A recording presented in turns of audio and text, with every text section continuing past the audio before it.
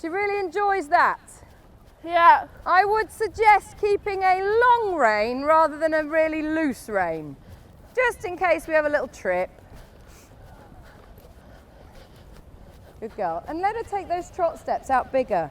She's got a lovely trot there. We need to work more like this at the beginning. Then we can build that lateral work in. Come on, more trot please, bigger. Yeah. Ask her, encourage her to stretch out, but with a contact with a longer rein.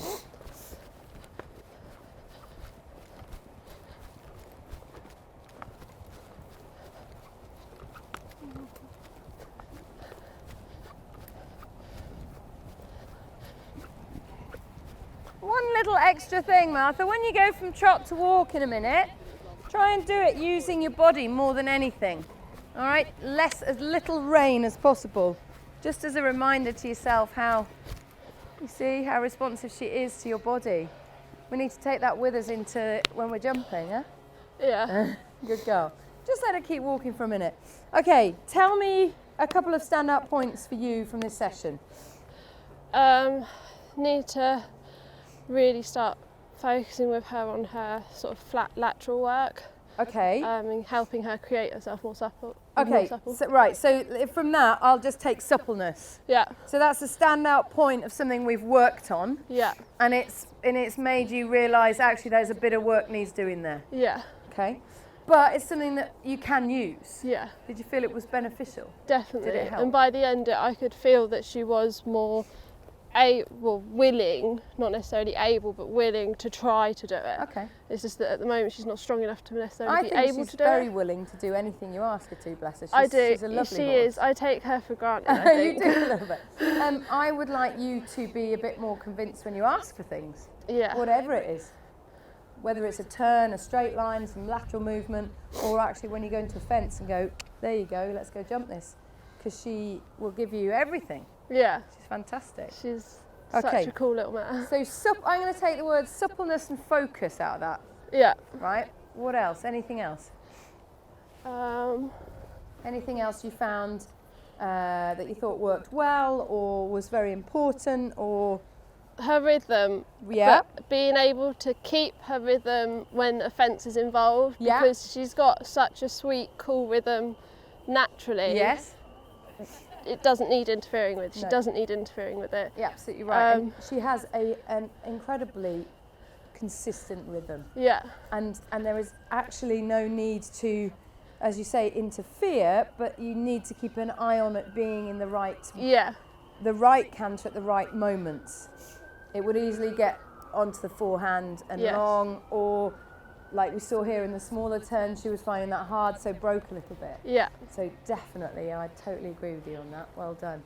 Good girl. And for her to probably be able to sustain her impulsion, going off same her corners. thing. Same thing. Yeah, rhythm, impulsion. All right, fantastic.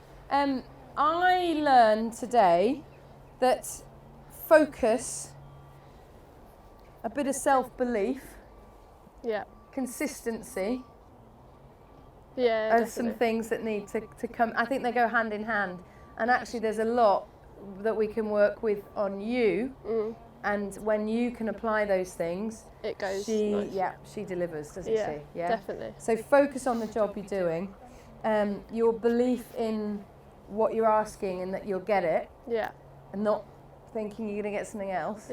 And the consistency of being able to link those things together over a longer period of time. What I learned there was I wanted to build you up and keep you going for longer and longer. Actually, you're not ready to do that yet. So when we did it in smaller sections, it worked better.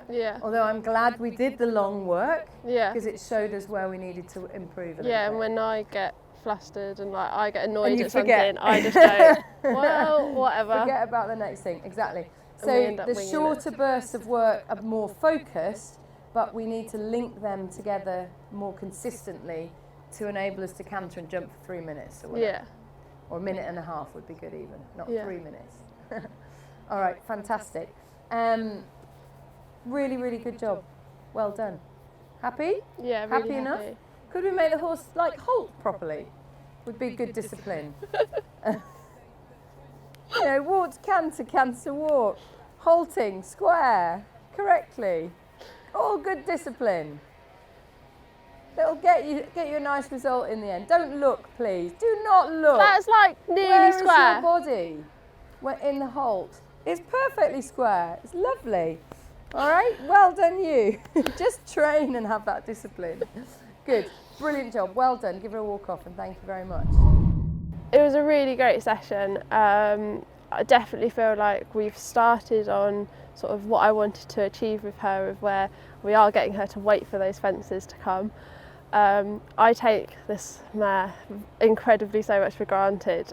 She's such a willing mare and always wants to please that I sometimes take that a little bit too much for granted and just sit there and be a bit wishy-washy. But definitely towards the end of the session, I was actually being the rider and I was dictating to her sort of what we had to do, and you could tell definitely that she'd improved and was appreciating it as well. Sort of, she wasn't getting me out of trouble and we were working together as a team. Coming away from here, I do now feel ready to go and go out competing and hopefully get those league points to qualify for the national championships. I know what I need to work on and what I have to improve on, and yeah, it's just going to be getting her stronger. But definitely by the new year, I think we should be ready and confident as a team to go. So yeah, with having to ride a thoroughbred, they're naturally wanting to be downhill, so we as riders have to obviously make them more uphill, and it's not quite very natural for them. And she does struggle with it quite a lot, and I have to be a really active rider to be able to get that. But sometimes I forget to do it and I just go around and we sort of wing it, and we have probably been winging the last few classes that we've been out to, and which is why we are having poles. But definitely I noticed a considerable difference when I was riding myself more uphill. Misty then found it easier to be able to come herself, to be able to go more forward and get that hind leg underneath her. She has got such an amazing natural, not slow rhythm, but for a racehorse you'd think they'd be quite quick, but her natural rhythm is just so naturally quite balanced. It is slightly downhill, but it's the same, it's consistent. And when I'm working with her and I'm not letting her just run along, it's such a lovely feeling, and she gives such a perfect jump and does feel like she's really using herself, and you can feel that coming up and through and landing, and it's such a lovely feeling. So it's rewarding having a thoroughbred. Double clears with focus, and then yeah, hopefully we'll be at national championships in 2018. With Martha, I was trying to get her to focus on uphill with the canter. Because of the way that little horse is built, she's naturally downhill. She runs onto her forehand very, very easily, which we know, and we know this is an issue, and we know that it causes problems within the rounds. And yeah, I think focus is a really good word with Martha. Actually, interesting working a lot more with the rider's mindset to get her to apply herself to focus and ask the horse for what she wants. And when she did so, the Misty did her very best to answer her. So all of the exercises, all of the things we were doing in the session were to give her tools to enable the horse to feel more light. She's going up a hill, so she's lighter in front, more engaged behind. So there's so many exercises we can use to get the horse engaged behind and to be more uphill. Things we addressed today, such as keeping the canter through the turn, so setting a distance in between two poles. Might seem really simple, but actually make sure that the canter stays the same rather than increasing or decreasing, which is often the case. Looking at improving the ability to ride the half halt, which isn't my favourite terminology, but the idea is that the horse sits a little more before he makes a turn or a change or a more advanced movement. Using the lateral work, using a squarer corner, so more outside leg emphasis, everything you can do to engage the horse's hind leg and get them to use themselves from behind and push themselves up a hill is the way I like to describe it.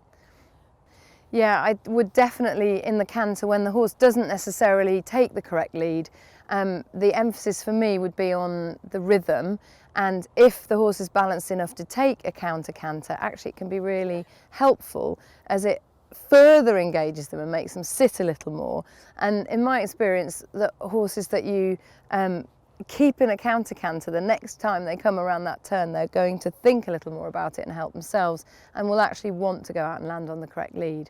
I'm not a fan of breaking the pace and making them trot in the middle of a round of fences. Obviously, if they're not balanced enough to deal with it, then that's where we have to start. But rhythm for me would be the key.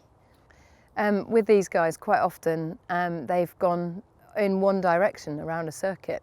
So it can be that they're very biased to one rein or the other, depending on where they've been and what they've done. So quite often we have to compromise a little bit and work on the counter-canter and use it when we go around a corner in order to focus on the more important rhythm and get them to their fence as well. With Misty and Martha, I felt by the end of the session, Misty had actually been fantastic and achieved a lot.